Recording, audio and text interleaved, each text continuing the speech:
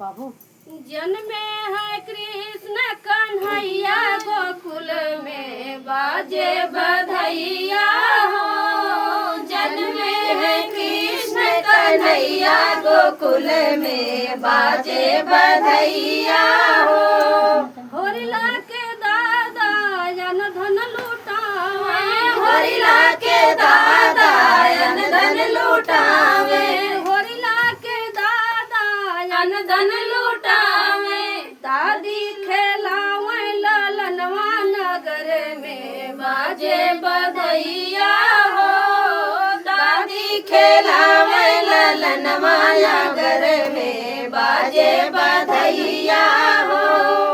जन्मे है कृष्ण कन्हैया गोकुल में बाजे बधैया हो। जन्मे है कृष्ण कन्हैया गोकुल में बाजे बधैया हो।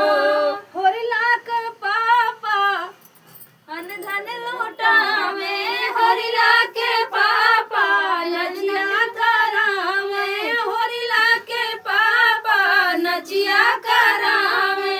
मम्मी झूलावे ललनवा नगर में बाजे बधैया हो।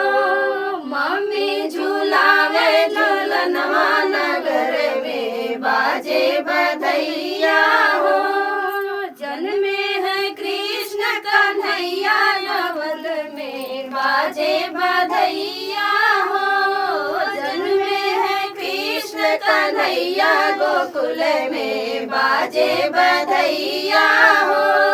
होरिला के चाचा गिफ्ट लुटावे, होरिला के चाचा गिफ्ट लुटावे। चाची खेलावे ललनवा नगर में बाजे बधैया हो। चाची खेलावे ललनवा नगर में बाजे बधैया हो। जन्मे है कृष्ण कन्हैया नगर में बाजे बधैया हो।